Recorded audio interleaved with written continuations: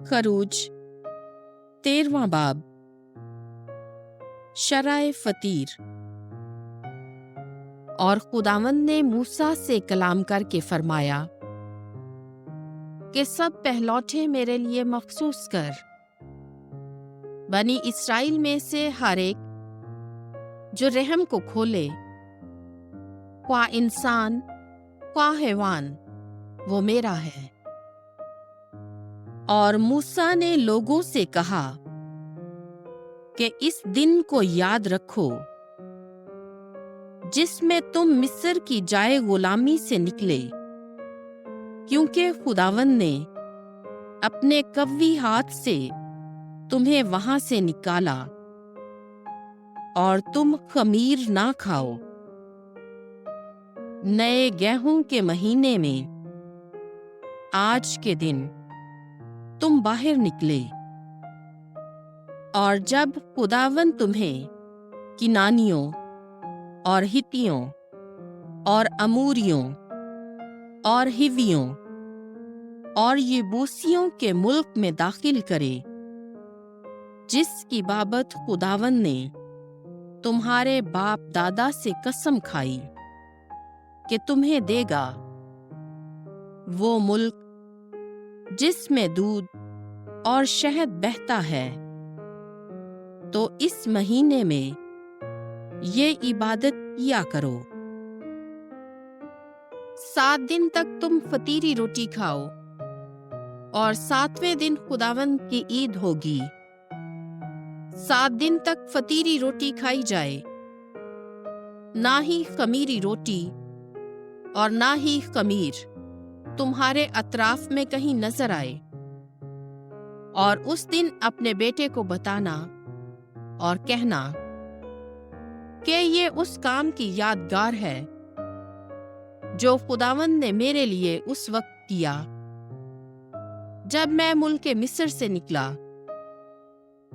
और ये एक निशानी तेरे लिए तेरे हाथों पर और तेरी आंखों के सामने यादगार होगी, ताकि खुदावंद की शरीयत तेरे मुंह में हो। क्योंकि खुदावंद ने अपने कवी हाथ से तुझे मिस्र से निकाला। तो इस रस्म को मुकर्ररा वक्त में साल बसाल मनाया कर। पहलौठों की शरह।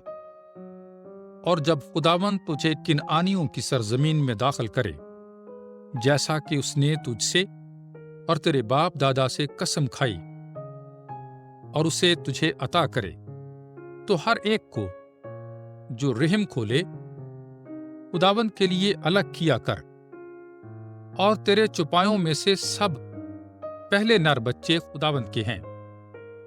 और गधे के पहले बच्चे के बदले बर्रे का फिदिया दिया कर। और अगर तू उसका फिदिया ना दे तो उसकी गर्दन तोड़ डाल, और अपने बेटों में से हर एक पहलोठे का फिदिया दिया कर। और जब कल को तेरा बेटा तुझसे पूछे कि इससे क्या मुराद है, तो कहना कि खुदावंद अपने कवी हाथ से हमें मिस्र की जाए गुलामी से निकाल लाया। और जब फिरौन सख्त हो गया और हमें जाने ना देता था, तो खुदावंद ने मुल्क मिस्र में आदमियों और चौपायों के सारे पहलोठे मारे। इसलिए चौपायों के नरों में सब जो रहम खोलते हैं, मैं खुदावंद के लिए ज़बह करता हूं, और अपने फर्जंदों में से सब पहलोठों का फिदिया देता हूं। सो ये तेरे हाथ पर निशान और तेरी आंखों के सामने यादगार होगी कि खुदावंद ने अपने कवी हाथ से हमें मिस्र से बाहर निकाला। बादल और आग का सुतून। और जब फिरौन ने उन लोगों को जाने दिया, तो खुदावंद ने उन्हें मुल्क फलस्तीन की राह, अगरचे वो नजदीक थी, ना जाने दिया। क्योंकि खुदा ने कहा, ऐसा ना हो कि जब लोग लड़ाई देखें तो पशेमान हो और मिस्र को वापस फिरें। और खुदा ने लोगों को बहीरा कुलसम के बियाबान की राह में फेरा, और बनी इस्राएल मुल्क के मिस्र से सफ आरा होकर निकले।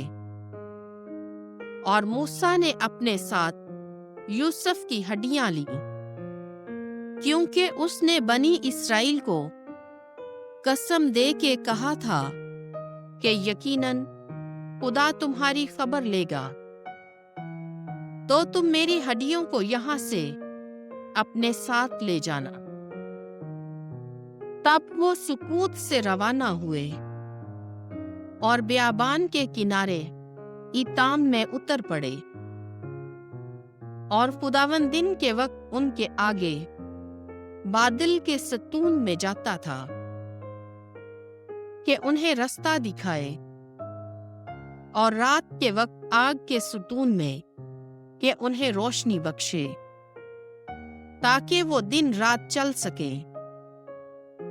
और लोगों के सामने से दिन के वक्त बादल का सतून और रात के वक्त आग का सतून नहीं हटता था।